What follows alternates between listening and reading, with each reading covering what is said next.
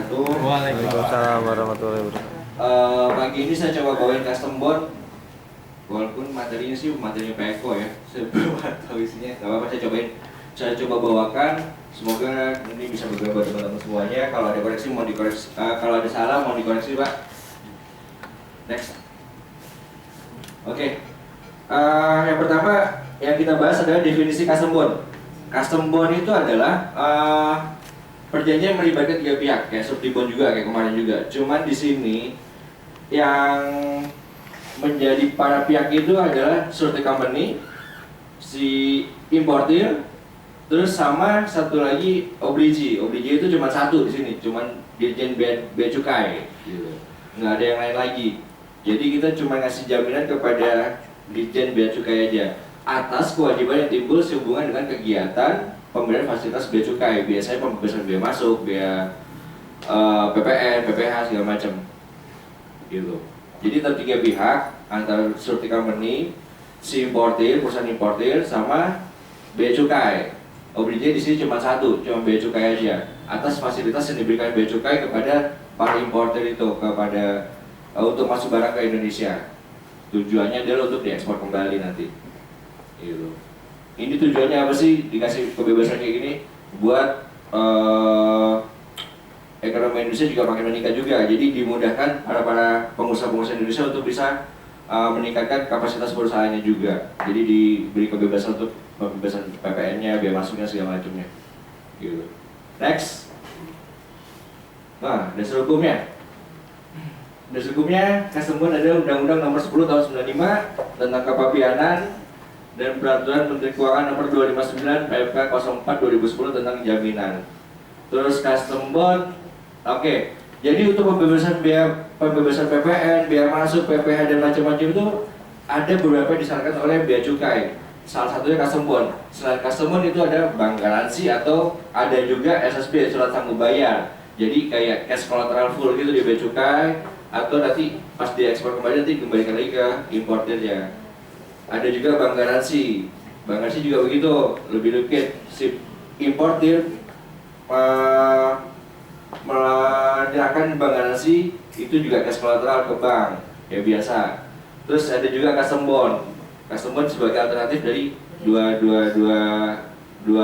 persyaratan yang lainnya itu, gitu. Terus custom bond juga berfungsi sebagai alat penunjang dalam mendukung program pemerintah di bidang kepabianan. Jadi mendukung program pemerintah untuk meningkatkan ekonomi di Indonesia sendiri, membantu pengusaha-pengusaha untuk lebih meningkatkan kapasitas produksinya lagi, gitu. Nah, produk-produk yang ada di kita di Astindo itu adalah fasilitas kita. Kita itu kemudahan impor tujuan ekspor. Terus ada impor sementara atau B23. Terus ada FT atau kabar. Kabar itu kawasan berikat. Itu di sini di Jakarta tuh ada beberapa kawasan berikat kayak di Tanjung Priok. Tanjung Priok nggak ada, Pak. Di ini Cakung. Terus ada lagi di Tangerang sana juga ada. Di daerah Narogong juga banyak, gitu. Terus ada Furslah juga. Terus angkut lanjut atau BC12. PPJK itu pengusaha jasa kepabianan. Terus ada notul atau access bond. Notul itu biasanya ada selisih PPN, itu si importer mengajukan ke bea cukai kok PPN-nya itu ada selisih, dia mengajukan itu. Next, ada pertanyaan dulu sebelumnya? Keburu nih. Sepi ya. Oke, next. Hujan kali ya. Oke, nah tadi pihak-pihak terlibat dalam custom bond. Yang pertama surety company. Surety company adalah si perusahaan asuransi yang mempunyai izin usaha di Indonesia dan berdasarkan SK Menteri Keuangan dapat menyerahkan usaha custom bond. Salah satunya kita. Di Indonesia sendiri untuk perusahaan asuransi kerugian yang mempunyai izin itu kurang lebih hanya 13 perusahaan asuransi termasuk Askindo. Terus yang kedua adalah obligee. Obligee-nya yaitu Menteri Keuangan, dalam hal ini adalah Dirjen Bea dan Cukai. Hanya satu, nggak ada lagi yang lain-lain lagi. Terus yang ketiga adalah prinsipal atau terjamin, yaitu pihak-pihak perusahaan yang mendapat fasilitas dari kepabianan, pembebasan biaya masuk serta penguatan negara lainnya. Gitu. Itu biasa importir sama eksportir. Oke. Next. Nah, skemanya di sini antara prinsipal, certificate company sama bea cukai sebagai obligi. Ini yang pertama adalah si prinsipal mengajukan permohonan custom bond kepada Askrindo, ya. Askrindo seperti biasa kita lakukan analisa juga, dokumennya sudah lengkap apa belum, terus barangnya apa sih, kita bisa nanti minta persyaratan dokumen-dokumennya dipersyaratkan tuh biasanya surat permohonan, PIB, terus SCAP, terus bill of lading juga kita butuhkan kadang-kadang, ya kan? Setelah kita analisa, kita setuju, polis terbit. Polis terbit dibawa kemana? Si prinsipal bawa ke obligi ke bea cukai. Atas polis yang diserahkan ke obligi, barang bisa dikeluarkan, bisa dibawa ke warehouse mereka, gitu. Nah, yang keempat adalah obligi dapat mengajukan klaim apabila terjamin modal prestasi. Apa sih dikatakan modal prestasi di sini? Yang dikatakan modal prestasi adalah apabila dia sudah dikasih fasilitas pembebasan PPN, biaya masuk dan lain-lain, itu kan tujuannya untuk diekspor kembali. Jadi barang impor, barang material atau apapun diimpor dan dia nggak diekspor kembali, itu yang menjadi modal prestasi. Itu yang diajukan oleh si obligi. Nah, di sini kita harus hati-hati. Kenapa hati-hatinya? Sekali kita kena klaim dari obligi, dari bea cukai, itu kita harus cepat-cepat bayar. Karena apa? Kalau enggak nanti kita langsung diblokir. Biasa ada blokir sementara, ada blokir nasional kalau itu bayar-bayar juga. Jadi di seluruh bea cukai kita nggak diterima jaminan kita nantinya. Gitu. Ada pertanyaan nggak mengenai skemanya? Yap. Tambahan doang sedikit. Kalau custom bond itu bukan pembebasan pajak, jadi dia dikasih sama bea cukai jangka waktu 3 bulan untuk bayar pajak. Custom kita hanya menjamin untuk membayar pajak itu dia bisa kasih jangka. Karena kayak klaim itu kalau dia nggak bayar pajak, seperti kita, kalau kita dia nggak keluarin barang, jadi barang itu kalau impor nanti impornya itu kan dia bayar pajak, kan harus bayar pajak. Nah, pajaknya itu dia tunda dulu dengan pakai custom kita. Selama 3 bulan dikasih jarak 3 bulan untuk lapor pajak. Nanti pada saat dia boleh bongkar barang. Kalau dia nggak bayar, baru pajaknya itu baru kita kena klaim. Makanya kita menutup senilai bea masuk. Dulu itu sepi custom bond karena pajak bea masuk itu dibayar tunai, peraturan pemerintah gitu.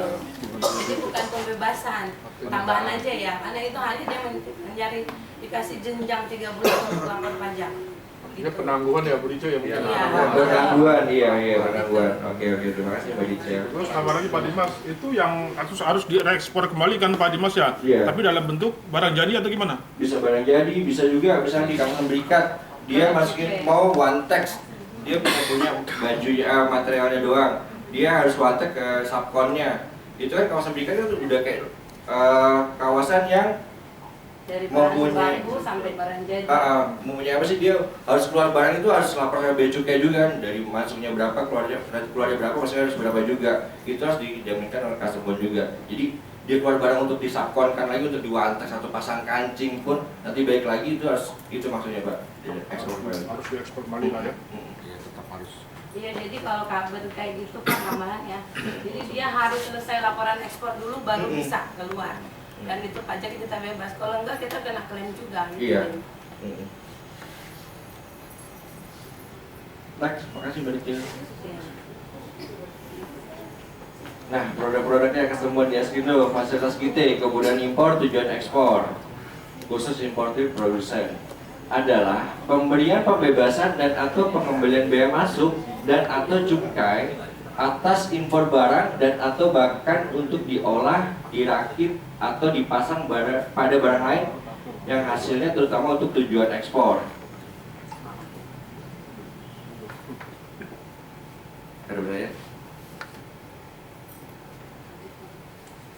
Jadi tujuannya adalah pengembalian bea masuk atas impor barang yang untuk diolah di Indonesia, dirakit di sini, dan nanti tujuannya untuk diekspor kembali, gitu. Harus dijual nggak boleh dijual di pasar lokal juga. Next. kita ini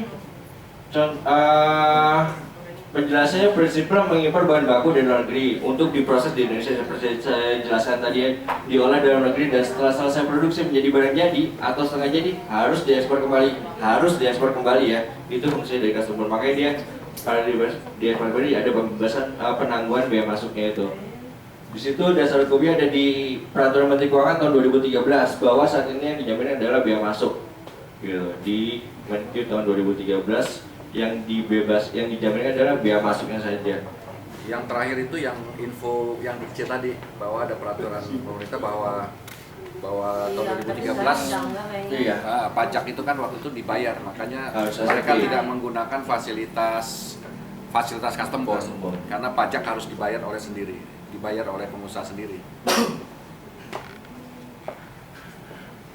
Next. Resikonya di mana sih? Apabila prinsipal tidak melakukan ekspor selama 1 tahun sejak tanggal impor barang. Jadi dikasih waktu dia untuk mengolahnya, merakitnya dari bahan baku menjadi bahan jadi itu maksimal selama 1 tahun biasanya. Gitu. Terus resiko penjaranya terjadi bila mana prinsipal tidak memperpanjang periode custom bond yang telah jatuh tempo. Misalnya jatuh tempo ternyata dia belum selesai proses pengolahannya, perakitannya segala macam, dia harus memperpanjang custom bondnya, di endorse lagi, diperpanjang.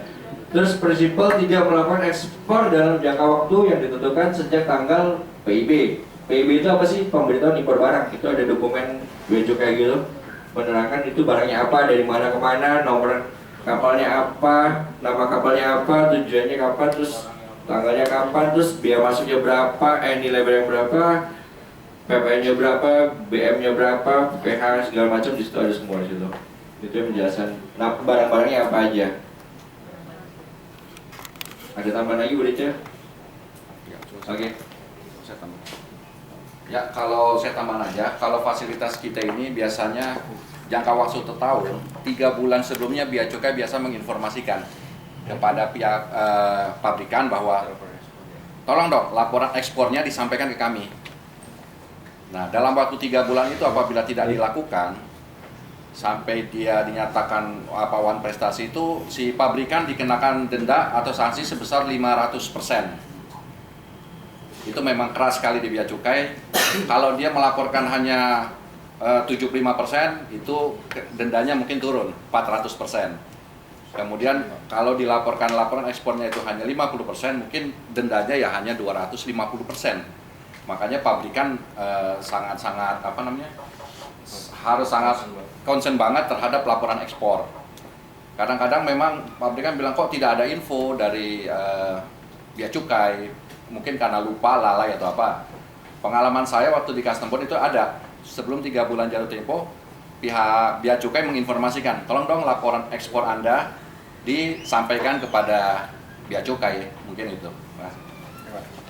Terima kasih banyak kawan tambahan informasinya. Oke, next. Kawasan berikat atau kaber. Kawasan berikat atau gudang berikat adalah suatu bangunan atau tempat atau area dengan batas-batas tertentu yang di dalamnya dilakukan penimbunan, penyortiran, dan produksi maupun pemberian merek atau label. Fungsinya sebagai pusat distribusi barang-barang asal impor untuk tujuan dimasukkan ke daerah pabean. Jadi daerah pabean itu memiliki otoritas khusus dari pemerintah. Di situ pembebasan biaya masuk segala macam ada di situ semua. Jadi setiap barang yang keluar masuk situ harus dicatat, nggak boleh dijual di pasar lokal. Kalau mau keluar harus lapor sama. Biasanya setiap perusahaan tuh atau kadang-kadang suatu kawasan industri gitu, setiap perusahaan punya kantor bea cukai di masing-masing kantornya, atau ada di ujung jalannya nanti di gerbangnya gitu. Next. Pengeluaran barang dari kawasan berikat untuk diproses berlanjut dapat dilakukan dan setelah selesai harus dikembalikan lagi ke kawasan berikat untuk diekspor kembali. Ini yang saya jelaskan tadi. Jadi setiap barang yang keluar dari kawasan berikat itu harus dilaporkan, ya kan? Dan setelah selesai, misalnya dilabelin atau dikasih pewarna atau kasih kancing atau apapun, dia harus kembali lagi ke perusahaan tersebut. yang tujuannya nanti untuk diekspor kembali gitu. Risiko yang timbul pada kawasan berikut adalah pada saat hasil audit ditemukan adanya selisih kurang jumlah. Jadi tadi dia harus laporin barang yang keluar berapa, yang masuk berapa, itu harus dihitung jumlahnya dan atau jenis barang yang seharusnya ada gitu. Kalau enggak, maka prinsipal dikenakan sanksi administrasi berupa denda sebesar 100% dari bea masuk yang terutang itu. Itu yang timbul yang dikatakan administrasi dari kawasan berikat. Next. Fasilitas yang selanjutnya adalah fasilitas impor sementara atau OB23. Impor sementara. Fasilitas impor sementara ini adalah pemasukan barang impor ke dalam daerah pabean yang benar-benar dimaksud untuk diekspor kembali dalam jangka waktu tertentu. Jangka waktu izin impor sementara paling lama 12 bulan sejak tanggal pendaftaran PIB dan dapat diperpanjang paling lama 12 bulan. Biasanya impor sementara ini biasanya untuk kebutuhan proyek, oil and gas gitu biasanya. Dia ada pekerjaan proyek di mana di offshore gitu, dia butuh rig atau butuh alat berat yang harus diimpor dari luar negeri. Dia sewa atau apapun, dia harus impor kan dari luar negeri kan. Itu masih bisa ditangguhkan bea masuknya, tapi harus dikembalikan lagi barang tersebut setelah proyeknya selesai paling lama 12 bulan. Gitu. Ada pertanyaan untuk OB23?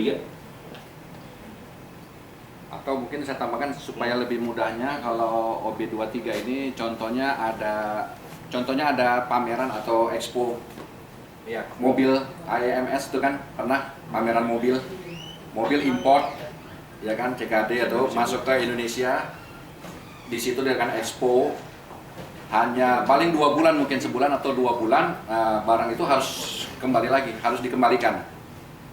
Itu mungkin maksudnya. Jadi sifatnya sementara, ada batas atau jangka waktu yang membatasi. Sebulan, 2 bulan, 6 bulan itu dikasih batas waktu paling lama setahun. Atau ada seminar, pameran, atau ada apalah pokoknya yang sifatnya itu dibatasi oleh jangka waktu 3 bulan, 6 bulan, sebulan pun dimungkinkan karena batasnya sampai dia 12 bulan. Tapi harus diekspor kembali. Tidak boleh habis pameran di Indonesia, di expo, di Kemayoran situ, kemudian dijual untuk lokal, nggak boleh, itu harus diekspor kembali. Masuk konser musik kali Pak. Bisa, Ya. ya pokoknya. Bintang, barang-barang segala itu kan. Oh iya bisa. Habis digunakan untuk konser, Konser musik. ya, dia Konser gitu ya. dia bisa. Next.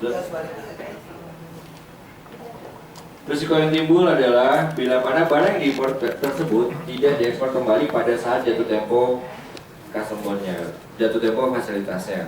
Jadi memang dikasih jangka waktu tadi 12 bulan kan, atau dapat diperpanjang maksimal 12 bulan lagi. Kalau misalkan diekspor kembali akan berprestasi gitu.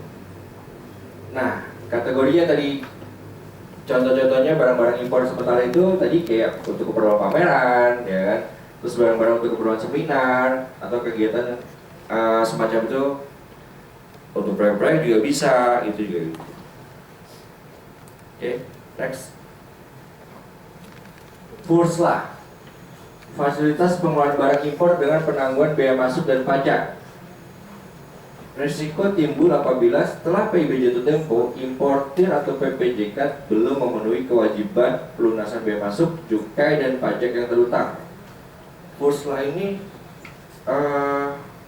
kalau nggak salah ini ya Pak, yang Itu mengenai program pemerintah ya Pak? Enggak, kalau Furslah itu pengeluaran lebih dahulu terkait bahan-bahan seperti beras yang tidak bisa ditimbun lebih lama. Beras, tepung, terigu, atau pupuk, ya buah-buahan yang sifatnya dia memang harus Cepat. iya betul segera.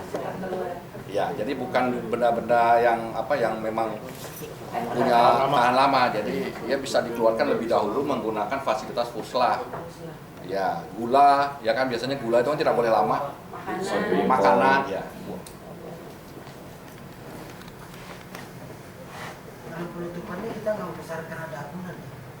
Kalau Di SMP kita nggak ada Pak, hanya di OB23 minimal 10%. Wah, berapa? 10%? 10%. 30. Kalau di kemarin lihat di SMP-nya sih minimal 10% atau sesuai hasil analisa.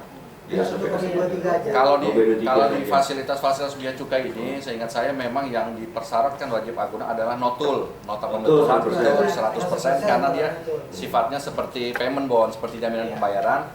Kemudian kalau untuk OB23 ini rasanya saya nggak tahu, minimal 20 apa? Minimum 10. Minimum 10 ya. Tapi biasanya kita persyaratkan 30 biasanya. 30%. Kita jual seperti itu. Tapi Karena- karena 23 itu kata yang bilang ada juga yang kan impor sementara, cuman akhirnya jadi impor tetap, jadi dia ganti fasilitas, jadi nggak Oh. dibalikin lagi. Oh, merubah Itu bisa. fasilitas.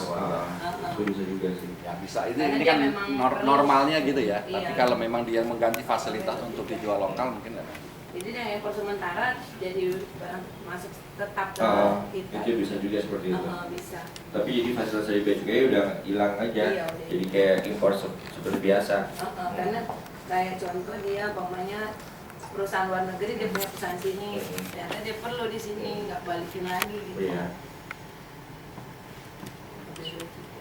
Oke, next dong.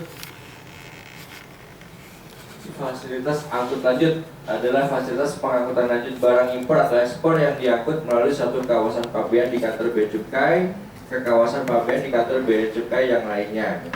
Jadi itu kayak sama juga, hampir sama ya, nggak bisa lama-lama juga. Jadi langsung harus dia biasanya cuman transit ya.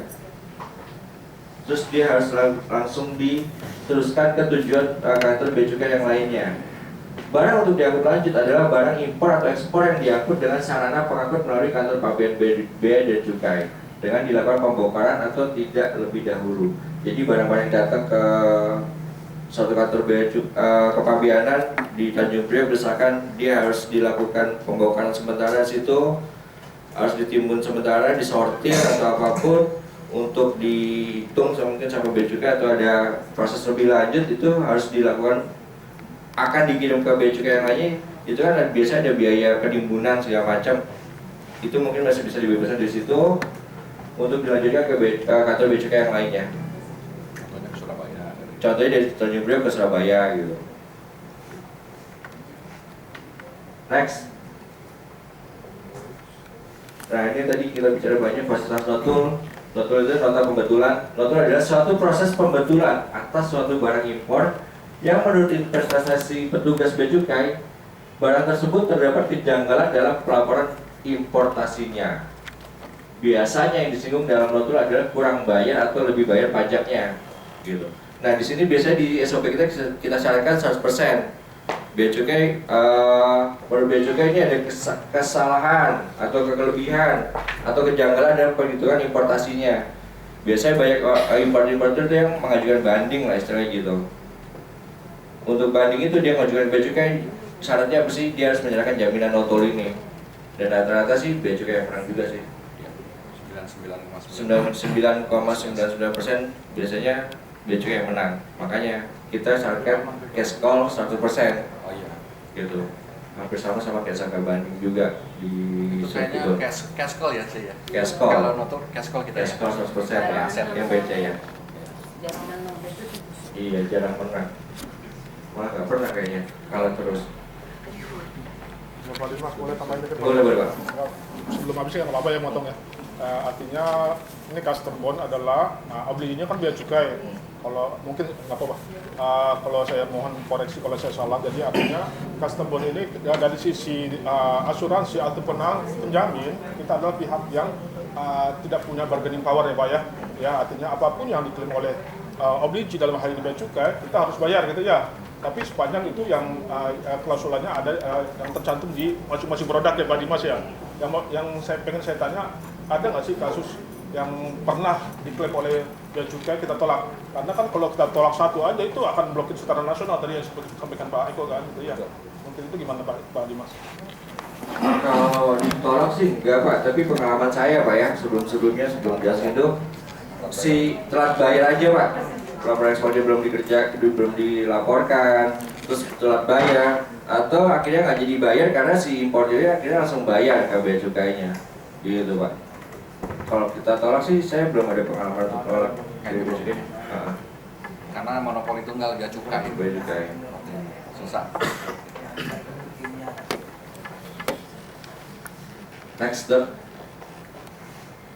Fasilitas PPJK, pengusaha pengurusan jasa kepabeanan itu banyak di pelabuhan-pelabuhan, banyak perusahaan-perusahaan untuk ngurus kepabeanan para importir gitu. Jadi dia untuk buka usaha itu dia punya kayak sertifikasi lah, atau dia punya fasilitas dari bea cukai untuk ngurus itu. Dia harus menyerahkan jaminan custom bond PPJK itu nilainya 250 juta ya, 250 juta ya kalau nggak salah ya. Itu jangka waktu setahun. Nanti setelah setahun dia harus perpanjang lagi kalau dia masih melaksanakan kegiatan kepabeanan, jasa pengurusan kepabeanan itu. 250 juta atau 500 juta sih Pak? 250 juta ya? 250 juta ya? Oh iya, tergantung kelas PB. Iya. Lebih Pak. Lupa kita. Terus PPJK tadi saya jelaskan juga berusaha yang melakukan kegiatan pengurusan pemenuhan kewajiban pabean untuk dan atas kuasa importir. Jadi dia kayak apa ya? Calo SIM gitu lah. Agen untuk broker di jasa pengurusan biaya kepabeanan urusan di sana. Jadi importer tuh menggunakan jasa mereka, bisa ekspedisinya juga dia ngurusin, urus ke bea cukai dia ngurusin, pengiriman dia ngurusin, semua dia ngurusin semuanya. Gitu. Biasanya perusahaan ekspedisi sih banyak kan ini. Gitu. Next.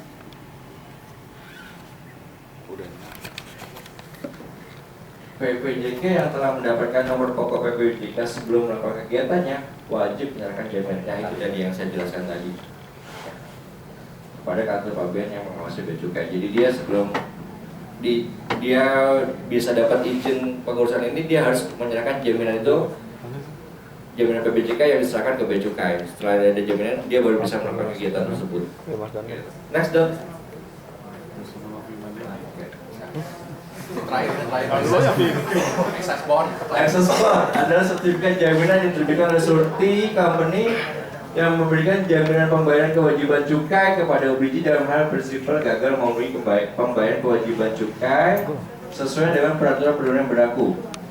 Kewajiban cukai yang dimaksud dalam hal ini adalah kewajiban prinsipal dalam rangka pembayaran cukai secara berkala dan penundaan pembayaran cukai. Ini kayak cukai rokok ya apa ya? Itu perusahaan-perusahaan rokok ya. Itu dia menyerahkan jaminan access bond ini. Kalau nggak salah di Indonesia yang bisa menerbitkan access bond itu nggak banyak juga, dari 13 asuransi tadi yang bisa menerbitkan access bond, ada disortir lagi beberapa perusahaan lagi yang hanya berapa perusahaan yang bisa menerbitkan access bond ini, nggak semuanya juga dari perusahaan yang bisa menerbitkan access bond ini. Lanjut.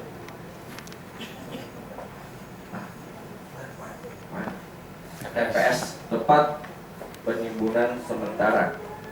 Bangunan dan atau lapangan atau pengadaan TPS itu tadi banyak di kawasan kepabeanan. Itu tempat atau bangunan yang disamakan dengan itu di kawasan kepabeanan untuk menimbun sementara barang. Sementara menunggu pemuatan atau pengeluarannya. Jadi biasanya ada biaya juga, ada impor barang di pelabuhan atau di bandara atau dimanapun. Itu dia harus nunggu untuk dilanjutkan ke tempat lain, dia harus timbun kan, harus di transit sementara lah di situ. Itu bisa ada biaya-biaya dan biaya juga bisa mengenakan biaya itu, makanya harus cepat-cepat harus kita cas gitu. Next.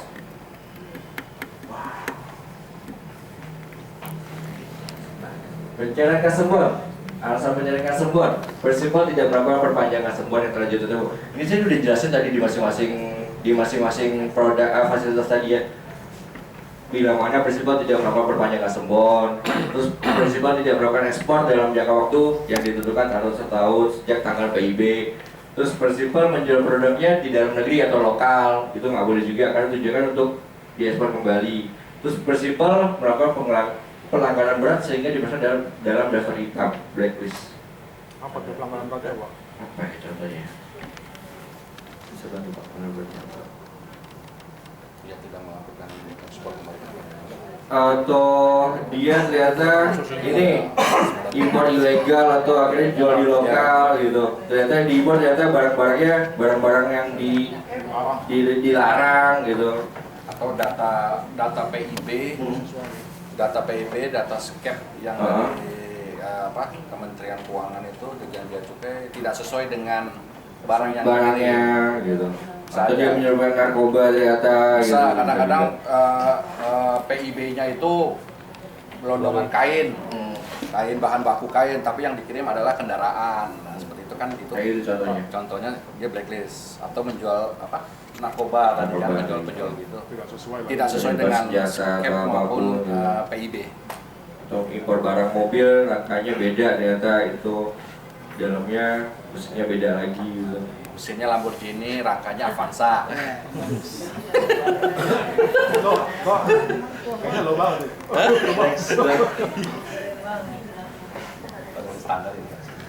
Syarat-syarat penjaminan customer syarat umumnya biasa corporate profile dalam hal ini legalitas perusahaan, akte pendirian, PWP, akte perubahannya bila ada, terus TDP, SIUP, domisili, ya kan, sertifikat ahli kepabeanan, sama surat pengukuran pengusaha kena pajak.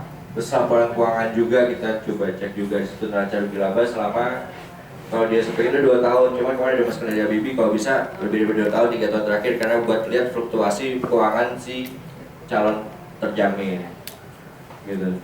Terus sama SPK MGR yang dinotariatkan standar sama lainnya. Terus syarat-syarat khususnya fasilitas kita selain surat permohonan sama syarat-syarat umum tadi, kita butuhkan surat permohonan, terus PIB, pemberitahuan impor barang, itu biasanya ngeluarin bea cukai juga, sama SCAP, SK Menteri Keuangan, bea cukai setempat gitu. Terus untuk fasilitas B23 itu kita butuh surat permohonan sama SCAP, PIB, sama RW bill atau bill of lading-nya juga, dokumen pengirimannya atau invoice-nya, sama adanya kolateral 30%. Walaupun dia sampai kita sebenarnya 10%, cuman biasanya kita kenakan ke 30. calon prinsipal itu 30%. Next, Hampir semua sama. kawasan berikat KTP itu sama juga surat permohonan, sama kita minta dokumen perjanjian subkonnya. Dia kan biasanya kan untuk subkon untuk pemasangan kancing atau apapun tadi yang saya ceritakan tadi, kita harus tahu juga kontraknya, dasar perjanjian, dokumen perjanjiannya, sama perincian perhitungan tarif untuk pengerjaan tersebut berapa segala macam, biar kita hitung juga sama pembayaran biaya masuknya juga.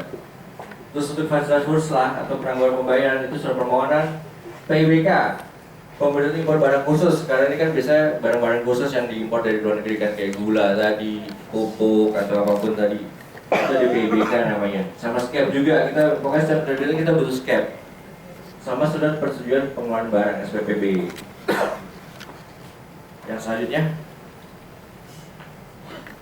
fasilitas angkut lanjut, surat permohonan, PIB angkut lanjut, dari PIB angkut lanjut, terus invoice-nya kita butuh juga perincian perhitungan, pemberitaan keagenan kapal asing, sama RW bill-nya atau bill of lading-nya.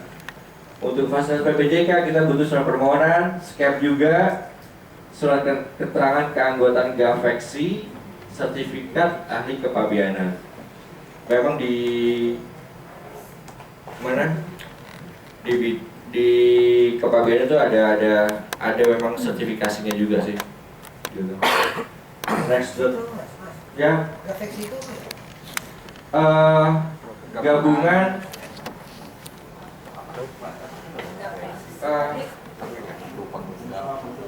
gabungan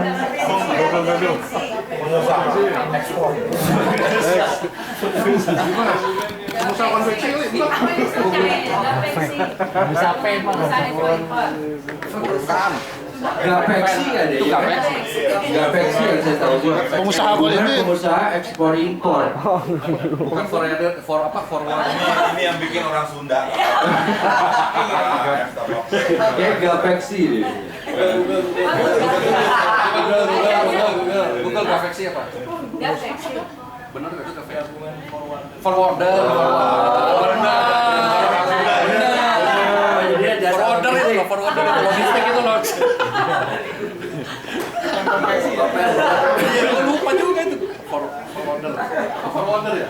Forwarder. Maaf Pak. Gabungan forwarder, layanan ke logistik dan kepabeanan apa tadi gitu. Next. Maaf ya. Betul, surat permohonan SPTNP, surat penetapan tarif nota berkebetulannya. Terus kolateralnya 100%. Untuk masalah TPS, tempat penemuan sementara, surat permohonan, cap, ukuran luas kawasan dan gambar dana lokasi. Kita perlu tahu juga berapa sih areanya, berapa luas sih, sama berita acara pemeriksaan ke lokasi. Iya benar, PTNP itu surat penetapan tarif nilai pabean. Ya Pak Bean ya. Surat penetapan tarif. Nilai pabean. Hah? Google. Surat penetapan tarif nota Surat pembetulan ya. penetapan tarif nilai pabean. Nah tuh, Iya. ahlinya. Iya. Iya itu kayaknya. Nanti lihat lagi di Google-nya. Lihat lagi di Google ntar. Betul. Iya. Iya, Yang bukan STPDN nggak apa-apa. STPDN jauh. Ini Pak Bean. Surat penetapan tarif Dan ini Pak Bean. nilai pabean. Benar aja. Iya. Nilai. Saya benerin Pak. Nilai Ya. pabean. Oke, mungkin itu yang bisa saya sampaikan. Semoga bermanfaat buat teman-teman semua, bisa membuka wawasannya. Oh iya, Pak. Bangun. Mohon maaf buat semua kesalahannya tadi ada, bercanda-candanya juga, biar nggak dingin, biar nggak ngantuk juga.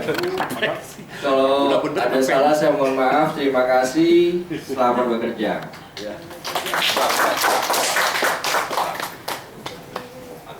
Matiin aja nggak apa-apa. Matiin aja. Enggak, matiin ininya, ngapain matiin lampunya? Oh. Gravitasi lagi. Kan pada tidur yang di belakang gitu kan. Hasil ya. Ya, tadi saya udah bilang pagi-pagi, aduh kalau hujan-hujan gini agak berat hidup kita. Gaya gravitasi meningkat. Jadi butuh gaya tolak yang lebih besar sebenarnya untuk kita bangkit. Teman-teman, saya mau gambarin begini. Yang kita jamin sampai dengan hari ini produk custom bond. Makanya kemarin saya suruh custom bond harusnya Joko nih. Karena ini semua sebetulnya adalah bagian dari kredit. Bagian dari kredit. Ya. Sekarang gini, tanya, Sandy, saya pinjam uang dong sama kamu. Saya mau ke Menteng. Ya, mau jalan ke Menteng, saya pinjam uang sama Sandy. Itu bagian dari kredit bukan? Iya kan? Perjanjian. Kredit ya. Kredit. Sandy bilang, saya nggak punya uang Pak. Bapak pakai sepeda saya aja. Bagian dari kredit ya. Sepeda yang harus dikembalikan. Iya. Bagian dari kredit nggak? Sepeda. Bagian dari kredit. Kalau ada apa-apa sama sepedanya itu, siapa yang merugi? Sandy. Ya. Segala sesuatu yang bisa dipersamakan dengan uang itu kredit. Ya. Mau itu pemberian fasilitas, peminjaman sesuatu, itu jadi kredit sebenarnya. Kredit makanya dibedakan menjadi dua, cash loan dan non cash loan. Itu sebenarnya intinya. Apapun permasalahannya sekarang, Sandy mau ngasih ke saya apa enggak? Atau saya minjam ke Teti mau pinjemin saya nggak uang? Belum tentu. Belum tentu. Iya. Belum tentu kan? Belum tentu Teti percaya sama saya, kan gitu. Jangan-jangan saya nggak bisa ngembaliin uangnya, jangan-jangan saya nggak bisa ngembaliin sepedanya. Ya kan? Atau pakai mobil saya, jangan-jangan nggak bisa dikembaliin mobilnya. Itu bagian dari kredit sebetulnya. Sehingga harus ada unsur kepercayaan. Kalau nggak percaya seperti apa? Butuhlah nanti yang namanya penjamin. Disitulah Aslindo masuk. Vanessa yang menjamin. Udah Ti, kasih aja. Saya yang jamin Pak Gede. Kira-kira begitu fungsinya Aslindo. Fasilitas custom bond ini merupakan salah satu bentuk kredit yang kita berikan non cash flow. Kenapa? Pada saat kita masukin barang, udah pasti kena pajak, pajak biaya masuk. Nah, masalahnya pajak masuknya itu kan ada yang dia harus bayar. Ya memang harus bayar, dia harus bayar pajak masuk. Jadi makanya Pak Herman bilang tadi, kenapa Pak Eko bilang 99% masih klaim? Karena dia harus bayar pajak masuk itu. Pajak kok, ya harus bayar dia. Cuman ada beberapa yang kayak tadi impor sementara, sehingga apa? Penangguhan pajaknya. Barang masuk. Kalau nanti kayak tadi Pak Herman bilang gitar yang dipakai konser dijual. Oh, gitar bekas Bon Jovi ini dijual di sini, nggak diimpor ke sana. Itu kecolongannya bea cukai jadi. Mobil balap dimasukin ke sini, kayak tadi. Pameran, setelah saya pameran nggak diimpor, nggak diekspor lagi. Dijual di sini. Itu kerugian negara. Begitu juga dengan bank. Bank yang memberikan fasilitas garansi, SKPDN, LC. Itu kan bentuk fasilitas, nggak ada duitnya loh yang dikasih, tapi berupa kertas sebagai jaminan. Kita menjamin itu, menjamin kredit ya. Jadi sampai dengan saat ini produk yang diberikan adalah produk kredit. Barang, Sandy, gue punya barang, gue sebagai pabrikan ya. Saya punya barang sebagai pabrikan. Saya punya agen yang semua banyak. Agen-agen saya ada Aul, ada Faisal, ada Clara, ada Sarah. Agen-agen saya, distributor saya. Pada saat mereka mau ngambil barang dari saya percaya nggak sama mereka bakal dia bayar? Belum tentu kan? Belum tentu. Taruhlah produk saya apa, ember misalnya. Saya kasih Pak Aul ember 50 biji. Saya kasih Sarah ambil 100 biji, balik nggak tuh nanti duitnya ke saya? Mereka bayar lagi nggak ke saya? Belum tentu, gitu. Makanya pabrikan atau distributor ke agen butuh suatu jaminan, kepastian. Bentuknya apa? Dia naruh duit, nah, gue minta duit aja deh, 100 ember, harganya 100 juta, kasih ke gue duit, gue kasih lo ember 100 juta, 100 biji. Lo kasih ke gue 50 juta, gue kasih ember 50 biji. Ya kan? Bisa cash ditaruh di saya, bisa bank garansi. Tapi kalau Aul naruh duit di saya 50 juta, bagaimana modal kerja dia untuk dia mendistribusikan lagi ember-ember tadi? Sehingga Aul butuh modal kerja di sana. Itulah fungsi Askerdak masuk. Di situ Askerdak masuk menggantikan fungsi bank garansi. Pabrikan, ada gua di sini.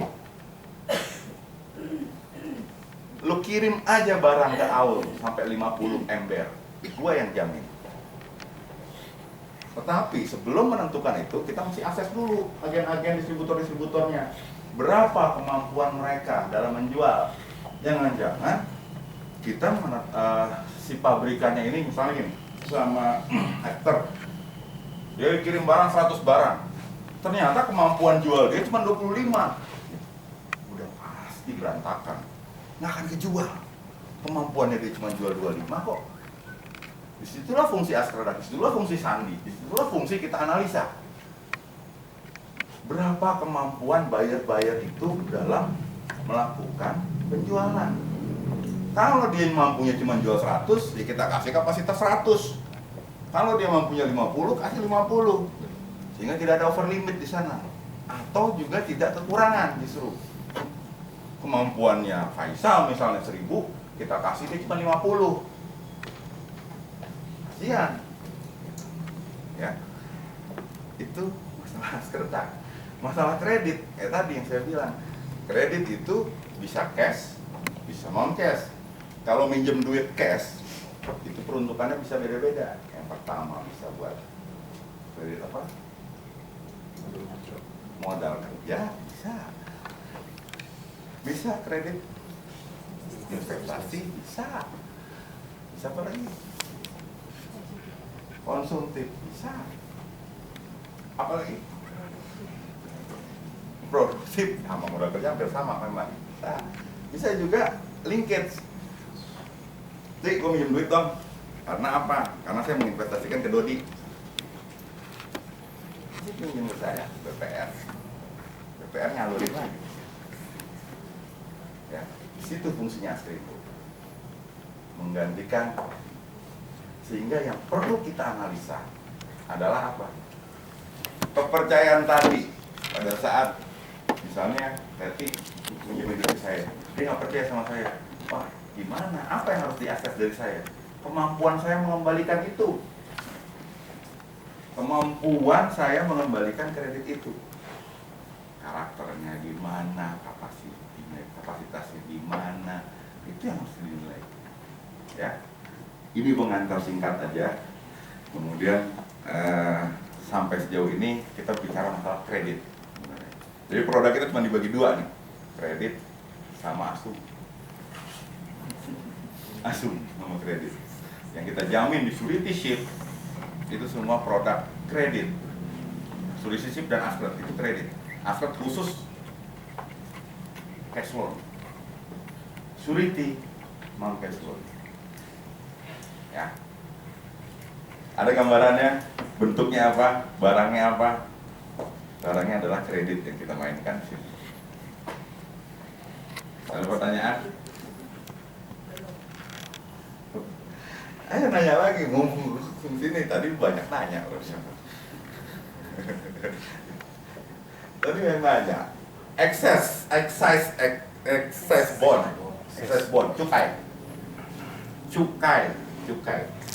cukai itu lebih ke arah PPN, pajak pertambahan nilai.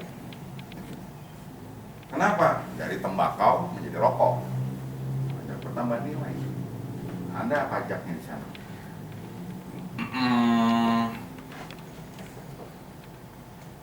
Semua barang pasti kena pajak. PPN, PPNBM tergantung itu nanti mau kena pajak yang mana. Ya. Jadi kalau sampai pajak-pajak itu lewat atau namanya apa namanya tadi yang digelapkan, import apa? Kenapa tadi ada yang Volkswagen ya? Volkswagen. Kenapa itu boleh dikeluarkan? Karena itu pasti dibayar pajaknya, gitu loh. Karena dia harus bayar pajaknya. Karena dia ngimpor sesuatu, cuman daripada dia busuk, dikeluarin dulu. Tapi itu pasti bayar dia.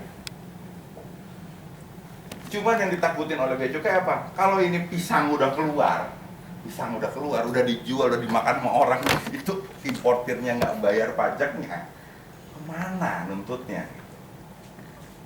Mau jadi pisang di dalam perutnya Nita, gimana mau ada pajaknya? Ada polis custom bond kita yang jamin itu ke kita. Oke?